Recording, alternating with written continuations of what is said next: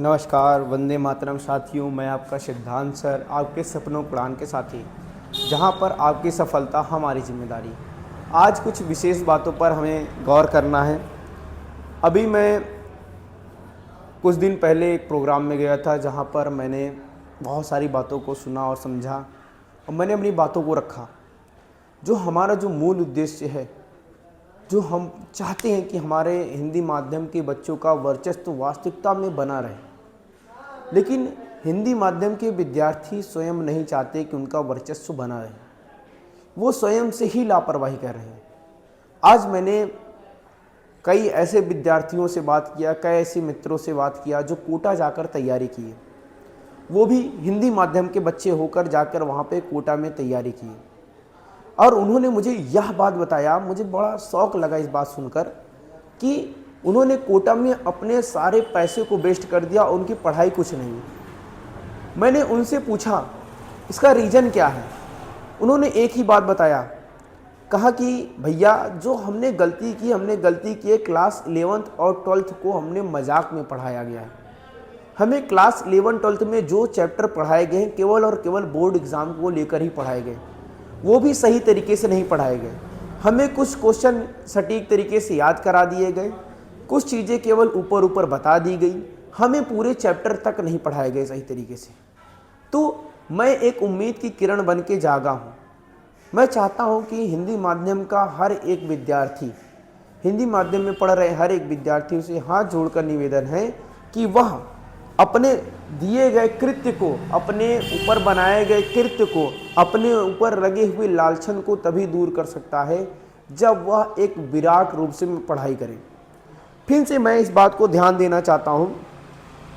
अभी मैंने इस बात को कई बार बता चुका हूँ, लेकिन तब भी मेरा जो कार्य है उस कार्य को करता रहूँगा।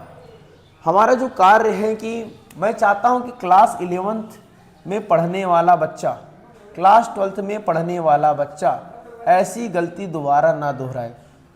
क्लास 11th और 12th में पढ़ने वाले बच्चे खासकर गलती क्या करते हैं, वो यही गलती करते हैं कि अपनी पढ़ाई को छोड़कर बाकी अन्य क्रियाकलाप में लग जाते हैं।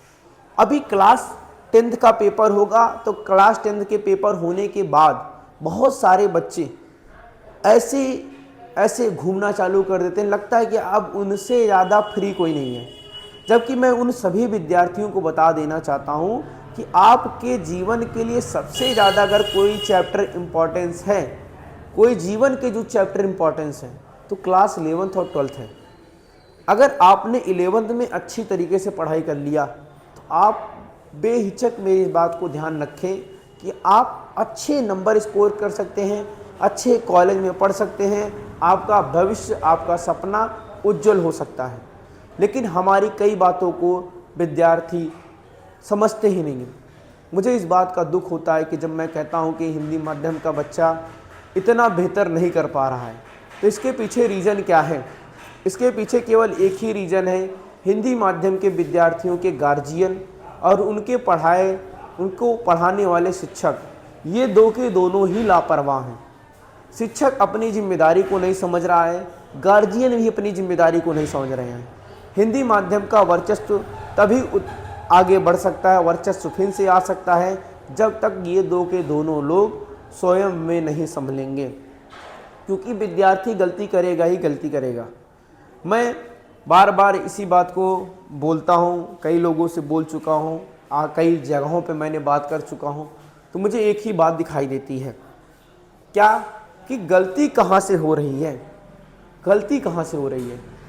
गलती केवल एक ही जगहों से हो रही है कि कोई भी विद्यार्थी अपने भविष्य को लेकर सिक्योर ही नहीं है। कोई नहीं सिक्योर है।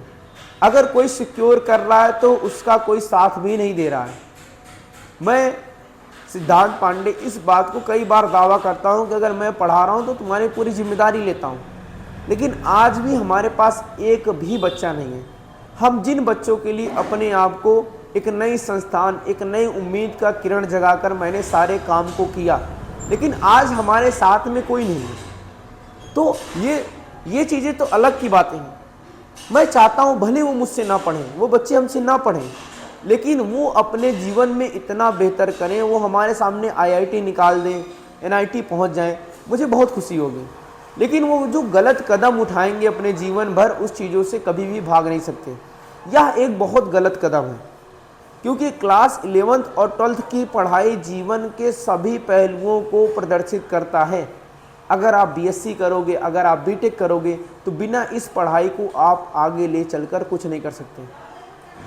इस पढ़ाई को लेकर चलना ही पड़ेगा। मैं कई बार इस बातों को रख चुका हूँ, लेकिन आज भी मुझे बहुत ही दुख होता है जब मैं बोलता हूँ कि विद्यार्थी ऐसा कर रहे हैं। विद्यार्थियों को मैं समझा रहा हूँ, लेकिन विद्यार्थी समझने वाले नहीं हैं। मैंने अभी बताया कि मार्च आपकी पूरी छुट्टी है, मार्च पूरी छुट्टी है, फरवरी आधा छुट्टी है, फरवरी भी आधी छुट्टी है। तो दोनों के दोनों में अभी आपके पास लगभग में 40 दिन हैं। फरवरी और मार्च मिलाकर 40 दिन हैं। उसके बाद हमारे पास कुल कितने दिन हैं? अप्रैल में स्कूल खुल जाएगा, अप्रैल में स्कूल खुल जाएगा। उसके बाद हमारे पास आएगा मई। इस मई में हमारे पास लगभग में छुट्टी हो जाएगी, फिर से 40 दिन की छुट्टी। तो यहाँ पर आपको फरवरी और मार्च के बीच में जो 40 दिन मिला है और इधर जो 40 दिन मिला है, अगर आप चाहेंगे तो आपका जो सिलेबस है, आपका जो पाठ्यक्रम है, सब कुछ पूरा सीक्वेंस रूप से कंप्लीट हो जाएगा। आप किसी पर आश्रित ना होइए, ना आप हम पे आश्रित होइए, ना किसी टीचर पर आश्रित हो, आप स्वयं पर आश्रित हो जाए। आप स्वयं से पढ़ाई करें। हमें आपसे कुछ नहीं चाहिए, ना हम आपसे मांग रहे हैं। हमें बस इतना चाहिए कि आप अगर पढ़े हैं तो आप बेहतर से बेहतर करें, और बाकी कुछ नहीं चाहिए। आप तभी बेहतर कर पाएंगे जब आपके सपने आपको सोने ना दें। स्वामी विवेकानंद का एक बोध वाक्य है, उठो जागो और तब तक संघर्ष करो जब तक आपको आपके लक्ष्य की प्राप्ति ना हो जाए। आप क्या कर रहे हैं? आप गिने चुने रूप से मेहनत कर रहे हैं। आप अगर कह रहे हैं कि लिखने को मेहनत कहते हैं कि मैं लिख रहा हूं, बच्चे सोचते हैं लिखने को मेहनत समझते हैं। लिखना कोई मेहनत नहीं है, पढ़ना मेहनत है। किताब नई नई खरीद लेते हैं, हमें जैसे जाएंगे किताब नई नई पिता माता उनके कैसे किस तरीके से किताब दिलाते हैं, लेकिन किताब ले लेंगे, एक भी बार उस किताब को रीड भी नहीं करने वाले हैं। तो ये सारी गलतियां जो हैं, ये सारी जो विडंबनाएं हैं हमारे इस माध्यम को लेकर, हर एक माध्यम में बुराइयां हैं। इंग्लिश मीडियम में भी बुराइयां हैं। देखिए इंग्लिश मीडियम में क्लास 10th का जो मैथ का पेपर आया, मैंने कल भी इसी बात को बोला था। कल मैंने एक वीडियो में इस बात को बोला कि जो बच्चे पढ़ रहे हैं वो आखिरी समय में किसी टीचर पर आश्रित ना हो, स्वयं पर आश्रित हो। देखिए क्लास 10th के पेपर आउट ऑफ सिलेबस हो गया, क्योंकि अब बच्चे इतना ज़्यादा आश्रित होने लगे हैं, उनको केवल क्वेश्चन, उनको बस एक NCERT की बुक को थमा दिया जाता है, उसी NCERT की बुक को लाइन बाय लाइन पढ़ा दिया जाता है, बस कंप्लीट। अब उनको लगता है कि दुनिया का सारा क्वेश्चन उनसे बन जाएगा। नहीं, इसका सिंपल सा मतलब जितना कठिनता से की ओर पहुंच पाए उतना कठिनता की ओर सवाल को लेकर जाएं, उतना ज़्यादा कठिनता से कठिनता सवाल लगाने का प्रयास करें। इसीलिए मैं कहता हूं, अगर आप IIT की तैयारी करते हैं, अगर आप नीट की तैयारी करते हैं, तो आपके अंदर एक बिल्डअप क्षमता उत्पन्न होगी, मतलब लड़ने की क्षमता, जहां पर आप कई सारे सवालों में आप पर हताश होंगे, खुशी होंगे अगर बनेगा। तो मेरा आप सभी से हाथ जोड़कर निवेदन है, सभी बच्चों से है, मुझे जीवन में इतना दुख नहीं होता जब मैं किसी विद्यार्थी को देखता हूँ उसका सपना नहीं पूरा होता। मुझे सबसे बड़ा दुख तभी होता है। मैंने जो गलतियाँ की, मैं नहीं चाहता कि आप गलती करें। मैं हिंदी माध्यम से होकर मैं IIT नहीं पहुँच पाया, तो मेरी गलतियाँ थी कुछ। मैं वो गलतियाँ अपने जो पढ़ाने वाले, जो हमारे विद्यार्थी जो हमसे पढ़ते हैं, विद्यार्थियों से मैं नहीं चाहता कि वो ऐसी गलतियाँ करें, लेकिन वो गलतियों को मान लिए कि हमें गलती करना ही है, क्योंकि उनको भरोसा नहीं है। उनको लगता है केवल बोर्ड एग्जाम पास कर लेंगे जिंदगी बन जाएगी। आप सबसे गलत कदम पे आ चुके हो, आप मेरी बात समझें। बाकी बहुत सारी बातें हैं, मैं इतनी बातों को आपसे साझा कर सकता हूँ। आपको किसी प्रकार की समस्याएं हो, आप मेरे पास कॉल करें 8756 940 318 पर 8756 940 318। आप मुझ पर कॉल करें, मेरे पास कॉल करें, मैसेज करें, मैं आपकी हर एक समस्याओं का समाधान करूंगा। अगर आपको पढ़ने में भी समस्या होती है तब भी उसका समाधान मैं करूंगा। कैसा पढ़ना है, कितना पढ़ना है, मैं आपको सारी चीज़ों को, आपको कितनी बजे सोना है, कितनी बजे उठना है, ऐसी तक की प्रॉब्लम का मैं सल्यूशन आपको दूंगा। बस हाँ, मेरा जो उद्देश्य है कि हिंदी माध्यम के विद्यार्थियों को आईआईटी एम्स में पहुंचाने का जो उद्देश्य है वो उस उद्देश्य को आप पूरा करें। आप हमारे हर एक बैनर में देखते होंगे, हर एक पोस्टर में देखते होंगे, अभी देखिए यहाँ पे लगा हुआ है, हिंदी माध्यम के बच्चों के लिए वरदान, अब आईआईटी एम्स में जाने का होगा सपना साकार। मैं क्या बोलूं, मैंने अपने कोचिंग का नाम लिखा है सपनों की उड़ान। मैंने ऐसे कोई नाम ही रखा कि जिससे आप पुकार सके, सपनों की उड़ान। मैंने लिखा आपकी सफलता हमारी जिम्मेदारी, जब तक आप सफल नहीं होते तब तक हमारी जिम्मेदारी है। फिर से एक बार आप लोगों से हाथ जोड़कर निवेदन है, विनम्र निवेदन है, आप हमारी बातों को समझें। आप जरूर आएँ हमारे पास, ऑफलाइन पढ़ने के लिए हमसे ज़रूर आएँ। मैं और आपसे कुछ नहीं मांग रहा हूँ, मैं आपसे एक ही विनती करता हूँ कि आप अपने जीवन को बेहतर करने के लिए हमसे जुड़ें।